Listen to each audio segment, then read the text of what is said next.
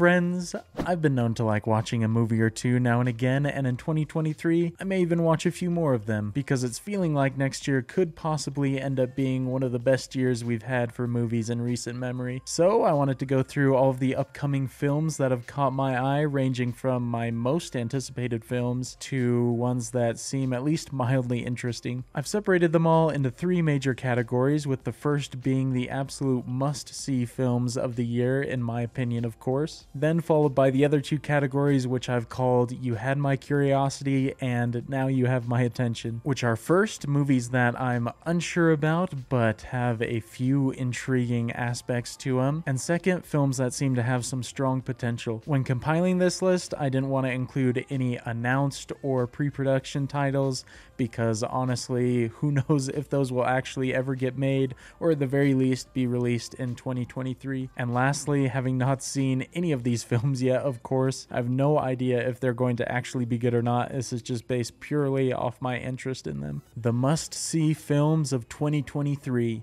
The film formerly titled El Tonto. This is Charlie Day's directorial debut, and so as a massive Always Sunny fan, it is my moral obligation to go see this whenever it releases. It was originally titled El Tonto, but that name was removed after some rewrites that he did. Fun fact, had some help from Guillermo del Toro, or more famously known as Pappy McPoyle, on this movie. And at the moment the film is completed, it just hasn't found a buyer yet, and so really hoping 2023 is the year it gets released. But it's got a pretty exciting cast. Besides Charlie Day, it also has Glenn Howerton and Mary Elizabeth Ellis, so a lot to love for Always Sunny fans, as well as Ken Jeong, Ray Liotta, John Malkovich, Jason Sudeikis, Kate Beckinsale, and Adrian Brody. Argyle. This is a Matthew Vaughn action movie starring Henry Cavill, so we got quite a combo there. The cast also has Catherine O'Hara, Sam Rockwell, and Bryce Dallas Howard. Disappointment Boulevard. One of my most anticipated films of the year, being Ari Aster's third film, who obviously has had great leads before in his films. This time he has Joaquin Phoenix, so stoked to see what they pull off together. Interestingly enough, comedy is listed as one of the genres for the film, which surprised me because Hereditary and Midsommar made me feel like Ari Aster has never laughed or felt joy in his life before.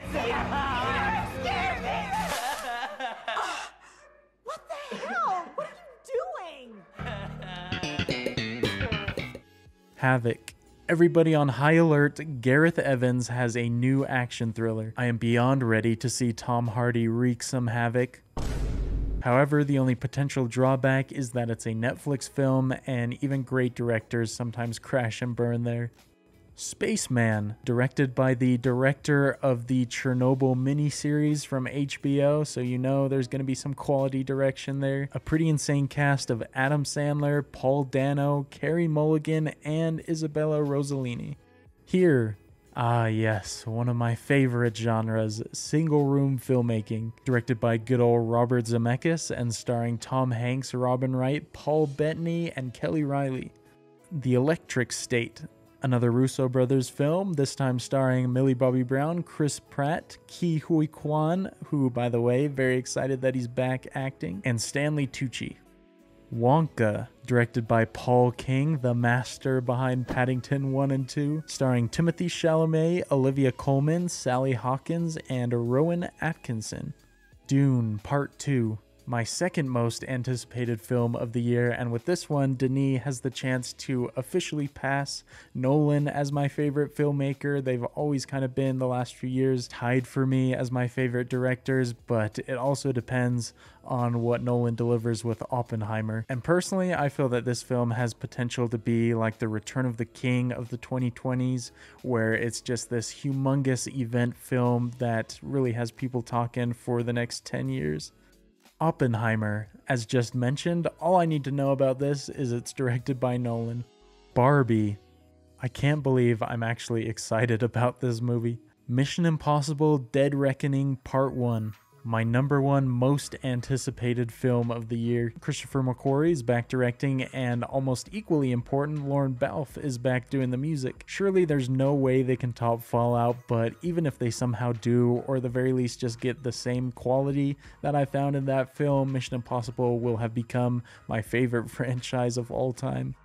Insidious, Fear the Dark. I don't care what anybody else says about these films, but Insidious is probably my favorite long-running horror franchise. With Fear the Dark, we get Patrick Wilson's directorial debut, and we get a sequel to the first two films. That's a recipe for a day one viewing for me. Indiana Jones and the Dial of Destiny. This movie probably never needed to be made, but it is directed by James Mangold, and so somehow I'm still hyped. Spider-Man Across the Spider-Verse. Into the Spider-Verse is my favorite Spider-Man film, and so of course this is one of my most anticipated for the year. But also, why did they replace the entire directing team and half of the writing team from the first movie for this one? So at the same time, I'm a little bit apprehensive that it's not going to live up to the first. Are you there, God? It's me, Margaret. The Edge of 17 director finally returns to do another film. The cast includes Rachel McAdams, Kathy Bates, and Benny Safdie. Evil Dead Rise. Please don't suck. This series has defied the odds, and somehow all 4 movies have been good, and so I really hope that this one doesn't break the streak. Next Goal Wins. A Taika Waititi film, which is always something I look forward to, especially when it's not a franchise film. He's got a cast that's headlined by Michael Fassbender, Elizabeth Moss, and Will Arnett. John Wick Chapter 4. In my opinion, they just keep getting better, but also Keanu Reeves is getting a little bit older, and so hopefully they can continue that trend. Shazam! Fury of the Gods. David F. Sandberg is one of my favorite stories of Hollywood over the last 10 years, and so I'll always go see his films, and it helps that I also enjoyed the first Shazam. 65. This is directed by Scott Beck and Brian Woods, who most people associate with writing A Quiet Place, but who also wrote and directed Haunt, which was another horror film that I enjoyed. And the star of this one is Adam Driver. Creed 3. I love the first 2 Creed movies, and this time Michael B. Jordan is directing, so it'll be very interesting to see how he also does behind the camera this time. Knock at the Cabin. I'm a big Shyamalan fan, and so all I really needed to know was that he was writing and directing this one, but also this is his first R-rated film since The Happening, so you know he's about to get extra crazy. Killers of the Flower Moon. A Martin Scorsese film with Leo and De Niro. Say no more. Operation Fortune, and however you pronounce the second half, a new Guy Ritchie film, and he's got Hugh Grant back after killing it in The Gentleman, and he's starring alongside Jason Statham and Aubrey Plaza. Rebel Ridge.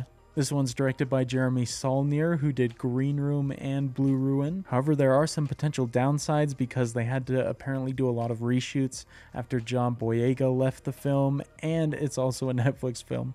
Hypnotic. A Robert Rodriguez film starring Ben Affleck, William Fichtner, and Alice Braga. Elemental. It's a Pixar movie. True Love. After 7 long years, Gareth Edwards is finally back directing a film. This one stars John David Washington. Leave the World Behind. Directed by none other than Sam Esmail, who is one of the best minds in the business right now. Monkey Man. This is Dev Patel's directorial debut. Air Jordan.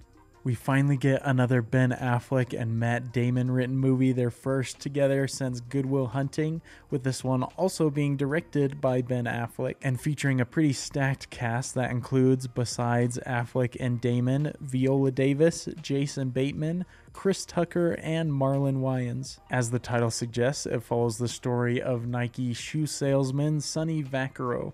Love Lies Bleeding. This is Rose Glass's second feature film following Saint Maud, and it has a cast that features Kristen Stewart, Ed Harris, and Jenna Malone. Civil War. Alex Garland, one of my favorite directors, serving up 2 movies 2 years in a row is a dream come true. Of course, as long as this one finishes post-production in time. And it's also produced by A24 again. Megalopolis. It's been a while since Francis Ford Coppola has been on the directing scene, but with a film that stars Adam Driver, Natalie Emmanuel, Lawrence Fishburne, Forrest Whitaker, Jon Voight, Aubrey Plaza, and Shia LaBeouf, he might make quite a splash.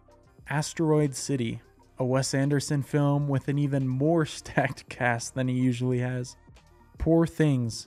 Despite being by a director whose work that I haven't seen much of, Yorgos Lanthimos, the plot does seem quite bizarre, and it's got a pretty good cast of Emma Stone, Willem Dafoe, Mark Ruffalo, and Margaret Qualley. The Killer. David Fincher is finally teaming up with writer Andrew Kevin Walker again. They last worked together on Seven, crime thriller about an assassin who's psychologically breaking, played by Michael Fassbender. How Do You Live?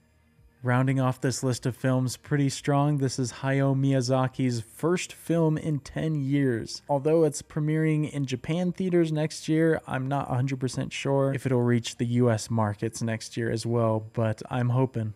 You Had My Curiosity. Back in action. Cameron Diaz surprisingly returns to acting, also starring Kyle Chandler, Jamie Foxx, and Glenn Close. Salem's Lot. On one hand, it's a Stephen King movie, but on the other, it's done by the same guy who did The Nun and Annabelle. Another positive, though, is it has Spencer Treat Clark in the cast. The Toxic Avenger, starring Peter Dinklage, Kevin Bacon, and Elijah Wood. It is another super-powered film, and so for me to really get excited about it, gotta be a little bit creative. Hitman. Directed by pretty accomplished director Richard Linklater, starring Glenn Powell, most recently in Top Gun Maverick, and Adria Arjona, or Bix, from Andor. Finalmente L'Alba, drama starring Lily James, Willem Dafoe, and Joe Keery. Freelance. This film is directed by the director of Taken, the first one, and really the only good one. Got a cast of Christian Slater, John Cena, and Alison Brie. Gonzo Girl. This is Patricia Arquette's directorial debut. It seems like a lot of people are having their directorial debut next year, and it stars herself and Willem Dafoe. ISS. This one's directed by Gabriella Cowperthwaite, and it seems like they have a pretty good filmography. John Gallagher Jr. is in the cast, who I liked in 10 Cloverfield Lane. Seems like a pretty cool plot. You've got a disaster on Earth, and then both American and Russian astronauts are told to gain control of the ISS under any means necessary. Red One. Directed by Jake Kasdan, who most recently did the Jumanji sequels, which personally I enjoyed them. And he's got a cast of The Rock, Chris Evans, Kiernan Shipka, and J.K. Simmons. Land of Bad. Directed by William Eubank, who recently did Underwater, which I actually liked. Stars Russell Crowe and both Hemsworths. We Have a Ghost. Directed by Christopher Landon, who did Happy Death Day, which I loved. A very interesting cast, though, as he has David Harbour, Anthony Mackie, and Jennifer Coolidge. And the plot on this one seems okay. Spellbound. Directed by Vicky Jensen, who did the cinema classic Shrek. And you've got a voice cast of Rachel Ziegler, Nicole Kidman, Javier Bardem, and John Lithgow. Aquaman and the Lost Kingdom. I enjoyed the first Aquaman, and I'll watch anything that James Wan does, but personally, I'm not that excited for this one. Gran Turismo, a Neil Blomkamp film based off the video game, starring David Harbour with Orlando Bloom also in the cast. Challengers, Luca Guadagnino, I'm pretty sure that is not how you pronounce his name, but seems like a good director with Zendaya in the cast as well. Haunted Mansion. Why in the world is Disney now remaking their live action films, especially for one that was just released like 20 years ago? But also, Danny DeVito. And besides him, the rest of the cast actually seems quite solid.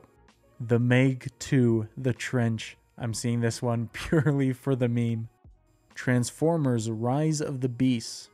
Bumblebee was the last Transformers movie that came out, and that one kind of cleansed my palate a bit in a good way. So maybe this one will be good as well, since it's also directed by the director of Creed 2. Assassin Club. The plot of this is literally an assassin game that my entire high school played one year, which is that this group of assassins each have a target, which is one of the other assassins. And you've got a cast of Henry Golding, Noomi Rapace, and Sam Neill. Renfield, a comedy horror that's starring Nicholas Hoult, Nicolas Cage, and Aquafina.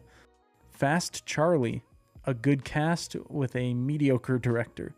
Inside, not the Bo Burnham film, but a drama starring Willem Dafoe, and the tagline for the film is, "This is not Willem Dafoe." I feel you, brother. I gotta set you free. Help me! Get me out of here!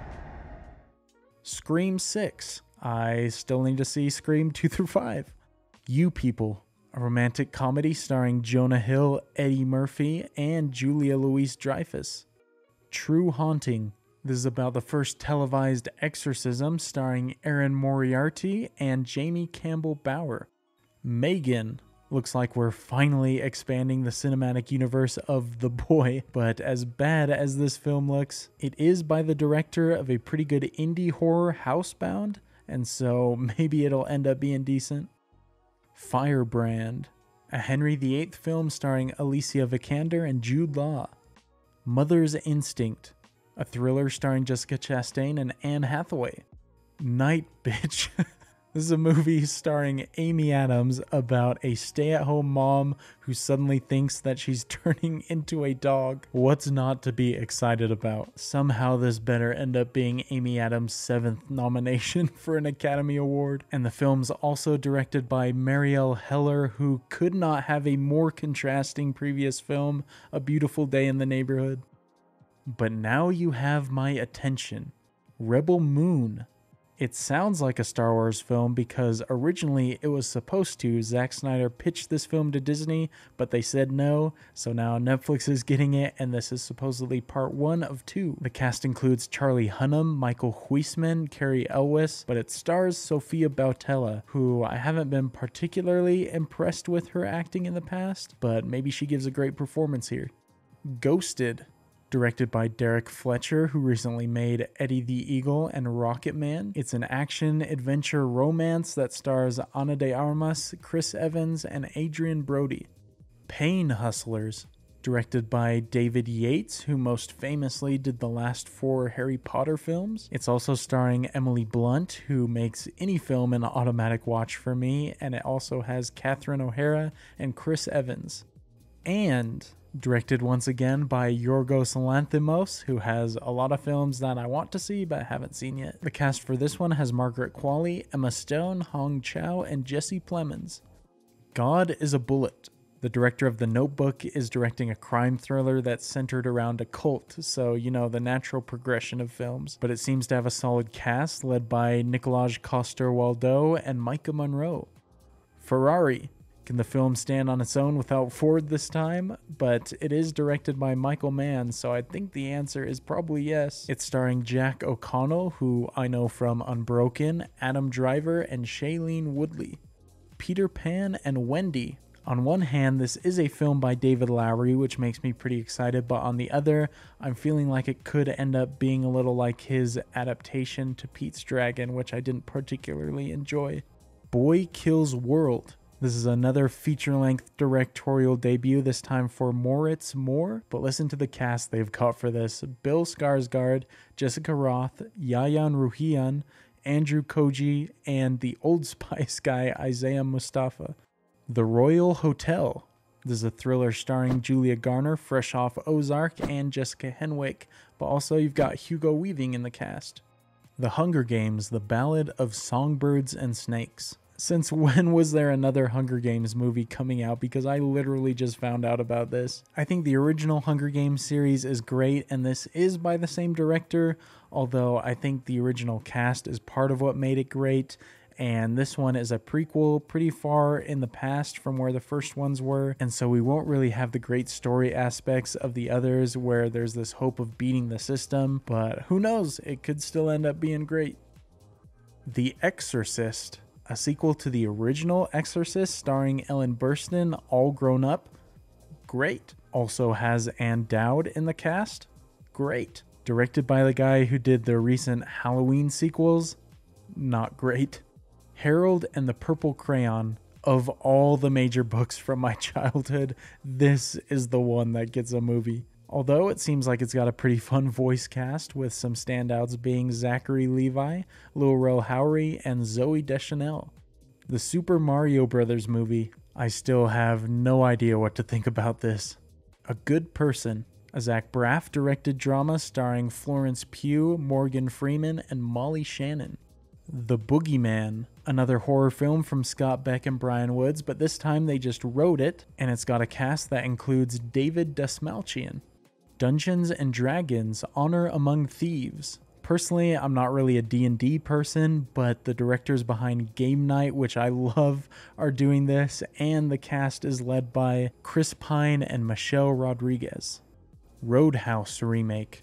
I haven't even seen the first one, but this one stars Jake Gyllenhaal, and it's directed by Doug Liman, so you got a pretty powerhouse duo.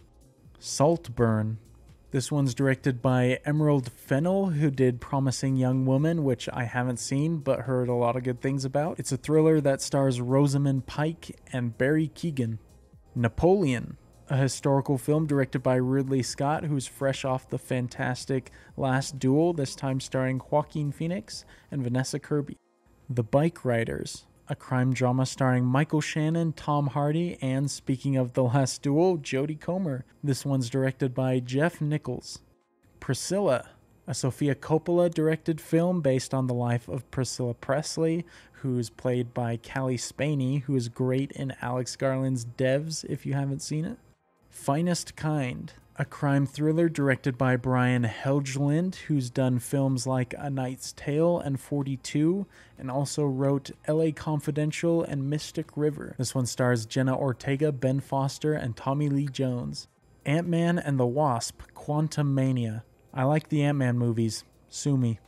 Guardians of the Galaxy Volume 3. Hopefully 2023 can be a return to form for Marvel movies. So those are all the films on my radar for 2023. Let me know which of those is your most anticipated, or of course let me know if there's any that I missed, because there's a lot of films. It's hard to go through all of them. And if you'd like to see the list of films again, I've posted that on my Letterboxd at Brandon Likes, which is where I'll be posting reviews for all the ones that I'm able to see throughout the year. And as always, look forward to experiencing more movies and shows with you all next year. And so until the next video, look forward to seeing you all later. Peace.